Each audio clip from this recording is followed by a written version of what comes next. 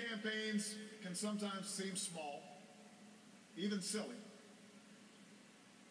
And that provides plenty of fodder for the cynics who tell us that politics is nothing more than a contest of egos or the domain of special interests.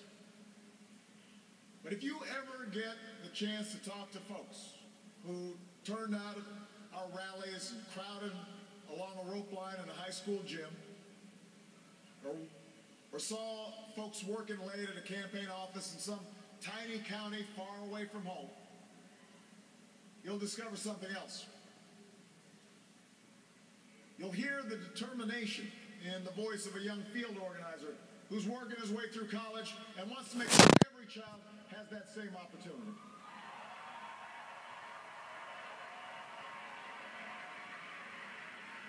You'll hear the pride in the voice of a volunteer who's going door to door because her brother was finally hired when the local auto plant added another shift.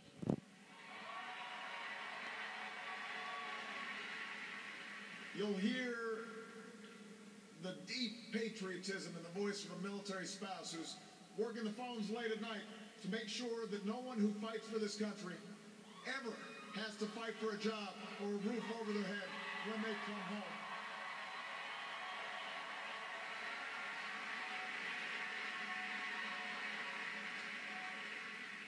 That's why we do this. That's what politics can be. That's why elections matter. It's not small, it's big. It's important. Democracy in a nation of 300 million can be noisy and messy and complicated. We have our own opinions. Each of us has deeply held beliefs. And when we go through tough times, when we make big decisions as a country, it necessarily stirs passions, stirs up controversy. That won't change after tonight, and it shouldn't. These arguments we have are a mark of our liberty.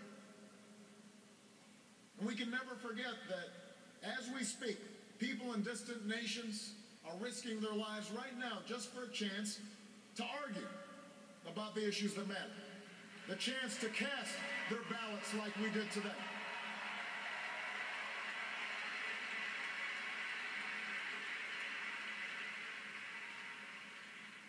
But despite all our differences, most of us share certain hopes for America's future. We want our kids to grow up in a country where they have access to the best schools and the best teachers. A country that lives up to its legacy as the global leader in technology and discovery and innovation, with all the good jobs and new businesses that follow. We want our children to live in America that isn't burdened by debt, that isn't weakened by inequality, that isn't threatened by the destructive power of a warming planet.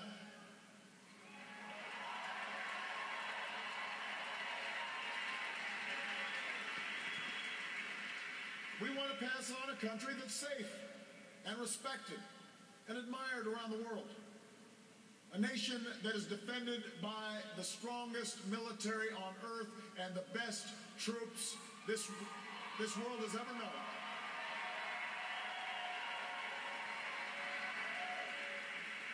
But also a country that moves with confidence beyond this time of war to shape a peace that is built on the promise of freedom and dignity for every human being. We believe in a generous America, in a compassionate America, in a tolerant America, open to the dreams of an immigrant's daughter who studies in our schools and pledges to our flag.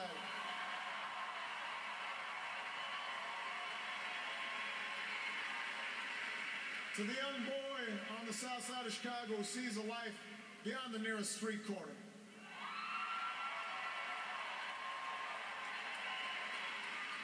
To the furniture worker's child in North Carolina who wants to become a doctor or a scientist, an engineer or an entrepreneur, a diplomat or even a president. That's the future we hope for. That's the vision we share. That's where we need to go. Forward. That's where we need to go. Now, we will disagree, sometimes fiercely, about how to get there. As it has for more than 2 centuries, progress will come in fits and starts. It's not always a straight line. It's not always a smooth path. By itself, the recognition that we have common hopes and dreams won't end all the gridlock or solve all our problems or substitute for the painstaking work of building consensus and making the difficult compromises needed to move this country forward. But that common bond is where we must begin. Our economy is recovering. A decade of war is ending. A long campaign is now over.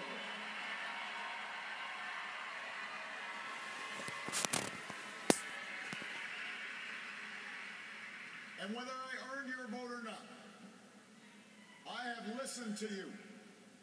I have learned from you. And you've made me a better president.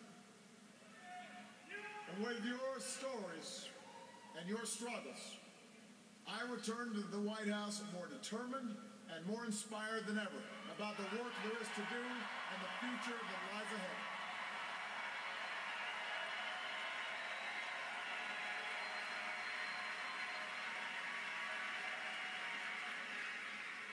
Tonight, you voted for action, not politics as usual. You elected us to focus on your jobs, not ours.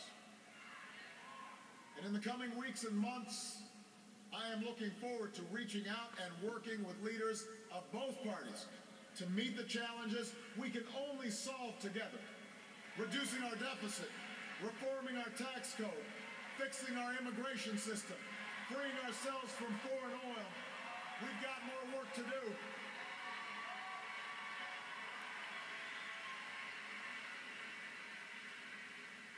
But that doesn't mean your work is done. The role of citizen in our democracy does not end with your vote.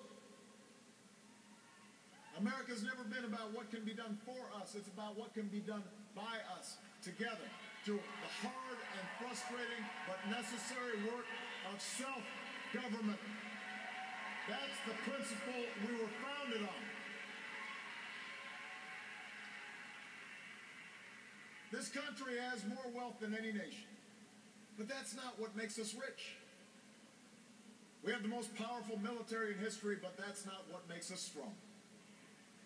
Our university, our culture, are all the envy of the world, but that's not what keeps the world coming to our shores. What makes America exceptional are the bonds that hold together the most diverse nation on earth. The belief that our destiny is shared, that this country only works when we accept certain obligations to one another and the future generations, so that the freedom which so many Americans have fought for and died for comes with responsibilities as well as rights, and among those are love and charity and duty and patriotism. That's what makes America great.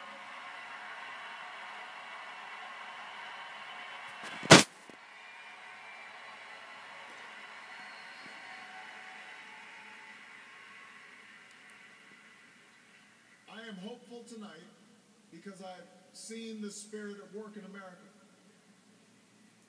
I've seen it in the family business whose owners would rather cut their own pay than lay off their neighbors. And in the workers who would rather cut back their hours than see a friend lose a job. I've seen it in the soldiers who re-enlist after losing a limb. And in those SEALs who charged up the stairs into darkness and danger because they knew there was a buddy behind them watching their back.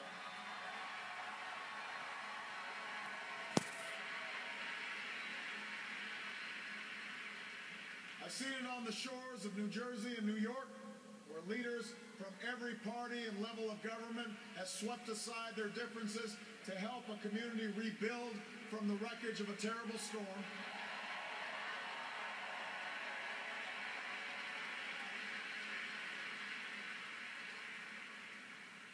I saw just the other day in Mentor, Ohio, where a father told the story of his 8-year-old daughter whose long battle with leukemia nearly cost their family everything. Had it not been for healthcare reform passing just a few months before the insurance company was about to stop paying for her care.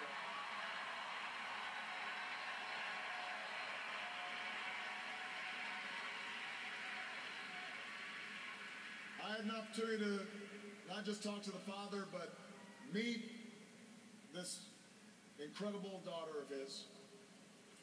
And when he spoke to the crowd, listening to that father's story, every parent in that room had tears in their eyes. Because we knew that little girl could be our own. And I know that every American wants her future to be just as bright. That's who we are. That's the country I'm so proud to lead as your president.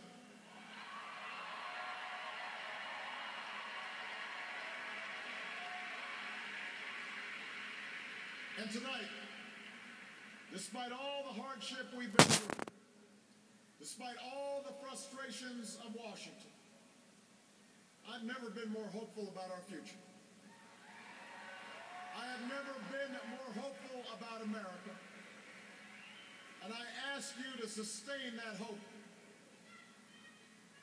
I'm not talking about blind optimism, the kind of hope that just ignores the enormity of the tasks ahead or the roadblocks that stand in our path. I'm not talking about the wishful idealism that allows us to just sit on the sidelines or shirk from a fight. I have always believed that hope is that stubborn thing inside us that insists, despite all the evidence to the contrary, that something better awaits us, so long as we have the courage to keep reaching, to keep working, to keep fighting.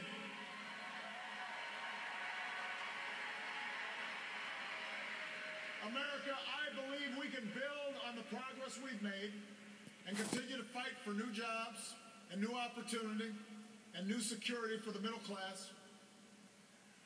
I believe we can keep the promise of our founding. The idea that if you're willing to work hard, it doesn't matter who you are, or where you come from, or what you look like, or where you love. It doesn't matter whether you're black or white, or Hispanic or Asian, or Native American, or young or old, or rich or poor, able, disabled, gay or straight. You can make it here in America if you're willing to try.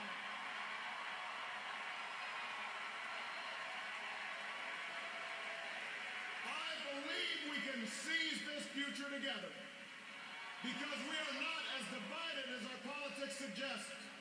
We're not as cynical as the pundits believe. We are greater than the sum of our individual ambitions, and we remain more than a collection of red states and blue states. We are and forever will be the United States of America. And together, with your help and God's grace, we will continue our journey forward and remind the world just why it is that we live in the greatest nation on earth. Thank you, America. God bless you. God bless these United States.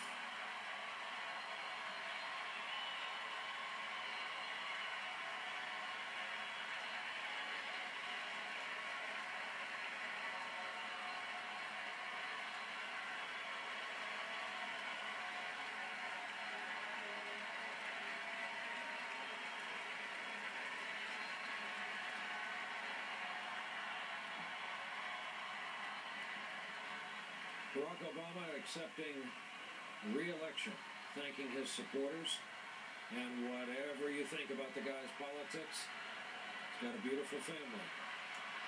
And Hubert Humphrey got an indirect call back tonight. The Happy Warrior mantle has been switched to the current Vice President Joe Biden. We got a big vote of thanks, Dr. Jill Biden, and a big embrace with First Lady. They've gotten quite close and have worked closely together. A lot of their initiatives have dovetailed. if our control room can put together a freeze frame from the night in Grant Park when this family of four came forward to the stage and compare and contrast it to tonight, we'll look at graphically what the president was talking about. How much and how beautifully his daughters have grown up in the public eye. They continue to rather quietly attend school and work on their studies and work on their friendships in Washington, D.C. while the modern world unfolds around them. And music of Bruce Springsteen starts up. We take care of our own, often kind of misconstrued, misunderstood song, as was his Born in the USA, always used in the wrong circumstances when you compare what the lyrics intended. But he's been a stalwart on the campaign. He was passenger on Air Force One. Look at that. Look at that on the right. Those comparatively little girls compared to today, all grown up. Bruce Springsteen was a passenger on Air Force One yesterday, and his soundtrack has become the soundtrack of this campaign.